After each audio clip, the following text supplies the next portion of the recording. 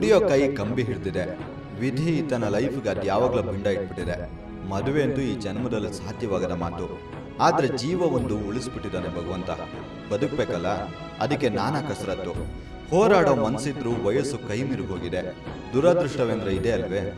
ನಮಗಿಲ್ಲಿ ತುಂಬ ಕಷ್ಟ. ನಾವು ಹ್ಯಾಂಡಿಕ್ಯಾಪ್ಡು, ತಮ್ಮ ಪೇಷೆಂಟು, ತಂಗಿದಿರು ಅನ್ಮ್ಯಾರಿಡು, ತಾಯಿ ತೀರ್ಕೊಂಡ್ರು ಜನವರಿ 22ರಲ್ಲಿ ಮಗನಿಗಾಗಿ ಕೊರ್ಗಿ. ತಂದೆ ಮುದ್ಕ, ಅವರು 95 ವರ್ಷದವರು. ನಾವು ವ್ಯವಸಾಯ ಮಾಡಬೇಕು, ವ್ಯವಸಾಯದಿಂದ ಅವರೇ ದುಡ್ದು ಅನ್ನ ಹಾಕಬೇಕು. ತಮ್ಮನೇ SP ನಾಗರಾಜ್ ಅವರೇ. ಈಗ ನಾವು ದುಡಿಯೋ ಶಕ್ತಿ ನಮ್ಮ ಮೇಲೆ ಯಾರೆಲ್ಲೂ ಇಲ್ಲ. ಆದರೆ ಅವರು ಬಿಡುಗಡೆಯಾಗಿ ಬಂದು ನಮ್ಮನ್ನು ದುಡಿದು ನಮ್ಮ ಜೀವನ ಎಲ್ಲ ಜರುಗಿಸ್ಬೇಕು. ನಮಗೆ ವಯಸ್ಸು ಭಾರ ಆದ್ರಿಂದ ಅವ್ರು ಬಂದು ಲಗ್ನ ಮಾಡಿದಿರೋದ್ರಿಂದ ನಾವು ಮನೇಲೇ ಇದ್ದೀವಿ ಸರ್. ಅವರೇನೇ ಬಂದು ನಮ್ಮನ್ನ ಏನಾದ್ರು ಮಾಡಿ ಸಾಕಿ ಇದು ಮಾಡಲೇಬೇಕು ಸರ್. ಒಬ್ರಿಗೂ ನಮ್ಮ ಮನೇಲಿ ಫ್ಯಾಮಿಲಿ ಮದುವೆನೇ ಇಲ್ಲ. ನಮ್ಮಣ್ಣ ಒಬ್ಬರಿದ್ದಾರೆ, ನಾನು ಒಪ್ಪಿದ್ದೀನಿ, ಇಬ್ಬರು ತಂಗಿದಿರಿದ್ದಾರೆ, ಇನ್ನು ಇಬ್ಬರು ತಮ್ಮದಿ 3 ಜನ ತಮ್ಮದಿರಿದ್ದಾರೆ. ಯಾರಿಗೂ ಲಗ್ನ ಅಂತ ಇವತ್ತು ಹೆಣ್ಣಿಗೆ ಗಂಡಿಗೆ ಮಾಡಿಲ್ಲ. ಇವತ್ತು ಇಡೀ ಕರ್ನಾಟಕದಲ್ಲಿ ನಮ್ಮ ಊರಿನಲ್ಲಿ ಇವತ್ತು ಇಷ್ಟೊಂದು ಮಗನೂ ಮದುವೆ ಮಾಡ್ಕೊಂಡಿದೆ. ನನ್ನ ವಯಸ್ಸಿಗೆ ನನಗೆ 53 ವಯಸ್ಸು, ನಮ್ಮ ಅಣ್ಣವ್ರಿಗೆ 56 ವಯಸ್ಸು. ಅವರು ಕೂಡ ಮದುವೆ ಮಾಡ್ಕೊಳ್ಳಿಲ್ಲ.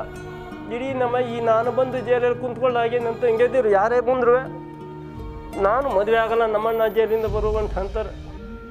ನಮ್ಮ ಅಣ್ಣನೂ ಕೂಡ ನನ್ನ ತಮ್ಮ ಬರುವಂಟ ನಾನು ಆಗಲ್ಲ ಅಂತಾನೆ. ನಮ್ಮ ತಮ್ಮದಿರು ಕೂಡ ಇವತ್ತು ಏನೂ ಕಾಣದೇ ಇದ್ದಂಥದ್ದು ಆ ಥರ ಅವರು.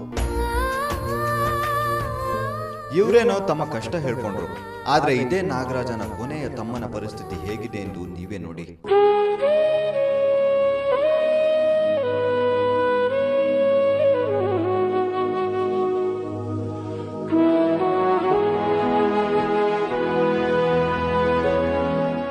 ತಮ್ಮಣ್ಣೇಗೌಡ ಅಂತ, ಅವರಿಗೆ ಹಿಂದೆ 2 ಸಾರಿ ಮೂತ್ರಕೋಶದಲ್ಲಿ ಕಲ್ತರ ಇದ್ದು ಆಪ್ರೇಷನ್ ಮಾಡಿಸಿದ್ದೆ. ನಾಗರಾಜನೇ ಮಾಡಿಸಿದ್ರು. ಮತ್ತು ಅವ್ರ ಅಣ್ಣ ಆ ಕಡೆ ಹೋದ್ಮೇಲೆ ಅವ್ರನ್ನ ನೋಡ್ಕೊಳ್ಳೋ ಪರಿಸ್ಥಿತಿ ಇಲ್ಲ. ಮತ್ತು ಅವ್ರ ಹಾಸ್ಪಿಟ್ಲಿಗೆ ಮತ್ತೊಂದು ನೋಡ್ಕೊಳ್ಳೋ ಶಕ್ತಿ ನಮಗಿಲ್ಲ.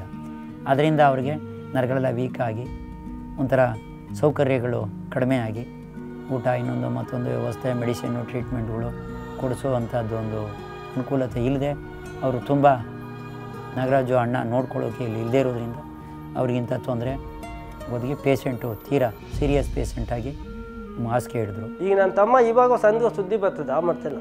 ಅವ್ರಿಗೆ ಒಂಥರ ಆಪ್ರೇಷನ್ ಆಗಿದೆ, ನೆಪ್ರಾಲಜಿ ಕೇಸು, ಕಿಡ್ನಿ ಫೈಲ್ ಥರ ಆಗಿ. ಅದು 2 ಸತಿ ಮಾಡಿಸಿದ್ದೆ. ಇವಾಗ 1 ವರ್ಷದಿಂದ ನಡೆ ಬಿದ್ದೋಗದೆ. ನಾಗರಾಜನಿಗೆ ಪರಪ್ಪನ ಅಗ್ರಹಾರದ ಆಸ್ಪತ್ರೆಯಲ್ಲಿ ಮಾನಸಿಕ ರೋಗಿಗಳನ್ನು ನೋಡಿಕೊಳ್ಳುವ ಕೆಲಸ. ಆದರೆ ಆತನ ಪರಿಸ್ಥಿತಿ ಇದಕ್ಕಿಂತ ಏನು ಭಿನ್ನವಾಗಿಲ್ಲ. ಇವತ್ತು ನಾನು ಇಲ್ಲಿ 3 ವರ್ಷದಿಂದ ಹಾಸ್ಪಿಟ್ಲಲ್ಲಿ ಜೈಲೊಳಗೆ ಮಾನಸಿಕ ರೋಗಿಗಳನ್ನ ಕಾಪಾಡ್ತಾ ಇದ್ದೀನಿ. ಆದರೆ ಇವತ್ತು ನಾನೇ ಮಾನಸಿಕ ಆಗ್ತಾ ಇದ್ದೀನಿ. ನಾನು ಕಾಪಾಡೋರು ಯಾರು ಅನ್ನೋದು ನನಗೆ ಮುಂದೆ ಗೊತ್ತಾಗಲ್ಲ. ನಾನು ಎಷ್ಟೋ ಜನ ಮಾನಸಿಕ ರೋಗಿಗಳನ್ನ ಕಾಪಾಡಿ ಅವ್ರಿಗೆ ಹಾಲು ಕುಡಿಸಿ, ಮಾತ್ರೆ ನುಗ್ಸಿ, ಅನ್ನ ತಿನ್ನಿಸಿ, ಬಟ್ಟೆ ತೊಳಿಸಿ, ಒಂದು ಅಣ್ಣ ತಮ್ಮ ತಂದೆ ತಾಯಿ ಹಿಂಗೆ ಹೆಚ್ಚಿಗೂ ಮಾಡಿದ್ದೀನಿ, ನಾನು ಮಾಡ್ತಾಯಿದ್ದೀನಿ. ನಾನಿಲ್ಲಿ ಹುಟ್ಟಿಸಿದ ಮಕ್ಕಳನ್ನು ಬೆಳೆಸೋದು ತಂದೆ ತಾಯಿ ಕರ್ತವ್ಯವಾದ್ರೆ ವೃದ್ಧಾಪ್ಯದಲ್ಲಿರೋ ತಂದೆ ತಾಯಿಯನ್ನು ನೋಡಿಕೊಳ್ಳುವುದು ಮಕ್ಕಳ ಕರ್ತವ್ಯ. ಆದ್ರೆ ಮಗನ ಕೈಗೆ ಬೇಡಿ ಬಿದ್ದಿರೋದ್ರಿಂದ ಬೇಡ್ಕೊಂಡು ತಿನ್ನೋಕ್ಕೂ ಆಗದೆ ಇರೋ ಪರಿಸ್ಥಿತಿ ಇರುವುದು. ಮಗನ ನೆನಪಲ್ಲಿ ಆ ತಾಯಿ ಕೊರಗಿ ಈ ನರಕ ತ್ಯಜಿಸಿದ್ದು ದುರಂತ. ಆದರೆ ನಮ್ಮ ತಾಯಿ ನನ್ನೇ ಕೊರಗಿ ಸಾವಿಗೀಡಾಗ್ಬಿಟ್ರು. ಜನವರಿ 23ಕ್ಕೆ ನಾನು ಬೆಳಿಗ್ಗೆ ಹೋದೆ. ಅವತ್ತು 3,000 ಜನ ಸೇರಿತ್ತು. ಅವತ್ತು ನಮ್ಮ ಮಾವನು ಬಂದಿದ್ದ ಮಣ್ಣು ಹಾಕೋಕೆ. ನಮ್ಮ ತಂಗಿದಿರು ಮಣ್ಣು ಹಾಕಿ ಸುಡೋಕ್ಕಾಗಲ್ಲ ಅಂದರು. ತಾಯಿ ಇವತ್ತು ಬರ್ತಾರೆ ನಾಳೆ ಬರ್ತಾರೆ ಅಂತ ಯೋಚನೆ ಮಾಡಿ ಚಿಂತೆ ಮಾಡಿ ಅಣ್ಣ ಯೋಚನೆಲೆ ತೀರ್ಕೊಂಡ್ರು. ಗ್ರಾಚಾರ ನೆಟ್ಟಿಗಿಲ್ಲ ಅಂದ್ರೆ ಯಾವ ದೇವರು ಏನು ಮಾಡೋಕ್ಕಾಗಲ್ಲ. ಆ ಕುಟುಂಬದ ಟೈಮ್ ಯಾವ ಮಟ್ಟಕ್ಕೆ ಕೆಟ್ಟಿದೆ ಅಂದ್ರೆ ಜೀವನಕ್ಕೆ ಆಧಾರವಾಗಿದ್ದ ಒಂದೇ ಒಂದು ಎತ್ತು ನಮ್ಮ ಮುಂದೆನೆ ಪ್ರಾಣ ಬಿಟ್ಟಿದ್ದು, ನಮ್ಮ ಕಣ್ಣಾಲಿಗಳಲ್ಲಿ ನೀರು ತರಿಸಿಬಿಟ್ಟಿತ್ತು. ಅವರು ನಮ್ಮ ಕನಸಿನಲ್ಲಿದ್ದಾರೆ, ನಾವು ಅವ್ರ ಕನಸಿನಲ್ಲಿದ್ದೀವಿ. ಮತ್ತು ಮಗನಿಗಾಗಿ ತಾಯಿ ಕೊರಗಿ ಪ್ರಾಣ ಬಿಟ್ಟರು. ಈಗ ನಮ್ಮನ್ನು ನಾವು ಸಾಕೊಂಡಿದ್ದಂಥ ನಾನು ಗೋವು ಹಸು ಕರು ಈಗ ತಮ್ಮ ಮುಂದೆನೇ ಚೆನ್ನಾಗಿ ನಿಂತಿದ್ದು ಈಗ ಪ್ರಾಣ ಬಿಡ್ತು. ನನಗೆ ಅದರಲ್ಲೂ ಕಾಸು ಬರೋಕ್ಕಿದ್ದಂಗೆ ಆಗುತ್ತೆ. ಹಣ ಓದಿಸೋದಿಲ್ದಂಗೆ ಈ ರೀತಿ ಕಷ್ಟದಲ್ಲಿದ್ದೀನಿ ನಾನು.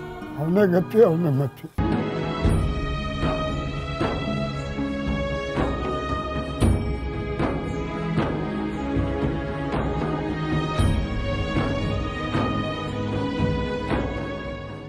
ಕಣ್ಣು ಒರೆಸ್ಕೊಂಡ್ರೆ ಕಣ್ಣೀರು ಹೋಗುತ್ತೆ. ಆದ್ರೆ ಮನಸ್ಸಿನಲ್ಲಿರೋ ದುಃಖಕ್ಕೆ ಯಾರು ಸಾಂತ್ವನ ಕೊಡಕ್ಕಾಗಲ್ಲ. ನಾವು ದಿನವಿಡೀ ಕೆಲಸ ಮಾಡಿದ್ರೆ ಮರುದಿನ ರಜೆ ತಗೋತೀವಿ. ಆದ್ರೆ ಬರೋಬ್ಬರಿ 14-15 ವರ್ಷ ಒಂದೇ ಕಡೆ ಜೀವಿಸೋದಿದೆಯಲ್ಲ, ಅದು ಎಂತವರೆಗೂ ಬೇಡ. ಆದ್ರೆ ಶಿಕ್ಷೆ ಅನುಭವಿಸ್ಲೇಬೇಕಲ್ವೇ? ಇವರಿಗೆ ಪೆರೋಲ್ ರಜನಾದ್ರೂ ಸರಿಯಾಗಿ ಸಿಗ್ಲಿ ಅನ್ನೋದೇ ನಮ್ಮ ಆಶಯ. ಆದಷ್ಟು ನಮಗೆ ನಾಗರಾಜುಗೆ ತಮ್ಮ ಅಪ್ಪಣೆಯಂತೆ ವಾಗ್ದಾನ ಕೊಟ್ಟು ನಮ್ಮನ್ನು ಬಿಡುಗಡೆ ಮಾಡಿಕೊಟ್ರೆ, ನಮ್ಮ ನಾಗರಾಜುಗೆ ನಮ್ಮ ಕುಟುಂಬನೇ ಬಿಡುಗಡೆ ಮಾಡ್ದಂಗೆ, ನಮ್ಮ ಕುಟುಂಬದ ಜೀವನ ನಿಮ್ಮ ಕೈಯಲ್ಲಿ ಅಂತ ಕೇಳ್ಕೊತಾ ಇದ್ದೀನಿ. ಇವತ್ತು ನಾವು ಬಿಡುಗಡೆ ಮಾಡಿಕೊಟ್ಟಿದ್ದು 1000 ಮನೆ ಜ್ಯೋತಿ ಬೆಳೀತದೆ. ಆ 1000 ಮನೆ ಜನಕ್ಕೆ 10,000 ಜನ ಆಶೀರ್ವಾದ ಕೊಡ್ತದೆ ರಾಜ್ಯಪಾಲರಿಗೆ. 1000 ಮನೆ ಜನದಲ್ಲಿ ಒಂದು ಮನೆ ಫ್ಯಾಮಿಲಿ 10 ಜನ 20 ಜನ ಇದೆ, 10 ಜನ 20 ಜನನೂ ಆಶೀರ್ವಾದ ಮಾಡ್ತದೆ.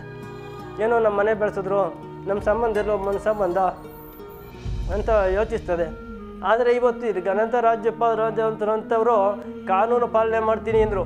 SP ರಿಪೋರ್ಟ್ ಕೊಟ್ಟು, ಹೈಕೋರ್ಟು ಜಡ್ಜ್ಮೆಂಟ್ ಕಾಪಿ ಕೊಟ್ಟು, ಸೆಷನ್ ಕೋರ್ಟ್ ಜಡ್ಜ್ಮೆಂಟ್ ಕಾಪಿ ಕೊಟ್ಟು, ಹೋಮ್ ಶಿಕ್ಷಾ ಕೊಟ್ಟಿವಿ. ನಾವಿಲ್ಲಿ ಕೆಲಸ ಮಾಡಿದಂಥ ಇಷ್ಟು ಕಾರ್ಡ್ ಕೊಟ್ಟಿದ್ದೀವಿ. ಇಲ್ಲಿವರೆಗೂ ಒಂದು ತಲೆ ಕೂತಂತೆ ತಪ್ಪು ನಾವು ಮಾಡ್ಕೊಳ್ತಾ ಇಲ್ಲ. ಮನೆ ಬೆಳಗೋದು ದೀಪದಿಂದಲ್ಲ, ಮನೆ ಮಕ್ಕಳಿಂದ. ಆ ಮಕ್ಕಳೇ ಕೈಗೆ ರಕ್ತ ಅಂಟಿಸ್ಕೊಂಡ್ರೆ ಆ ಮನೆ ಸಾವಿನ ಮನೆ ಆಗುತ್ತೆ. ಲೈಫು 4 ದಿನ ಅಷ್ಟೇ. ಇಂದಿರೋನು ನಾಳೆ ಇರಲ್ಲ, ನಾಳೆ ಇರೋನು ನಾಡಿದ್ದಿರಲ್ಲ. ಅಂಥದ್ರಲ್ಲಿ ಒಂದೇ ತಟ್ಟೆಯಲ್ಲಿ ಅನ್ನ ತಿಂದು ಕತ್ಲೆಯಲ್ಲಿ ಕತ್ತು ಕುಯ್ಯೋದು ಬೇಕಾ? ರೌಡಿ ಹೆಂಡತಿ ಯಾವತ್ತಿದ್ರು ಮುಂಡೆನೆ ಕಣ್ರಿ. ಇದ್ದಾಗ ಚೆನ್ನಾಗಿರೋಣ. ಮನುಷ್ಯನ ಗುಣ ಗೊತ್ತಾಗೋದು ಅವನು ಸತ್ತಾಗ ಮಣ್ಣು ಮಾಡಕ್ ಬರೋ ಜನರಿಂದ.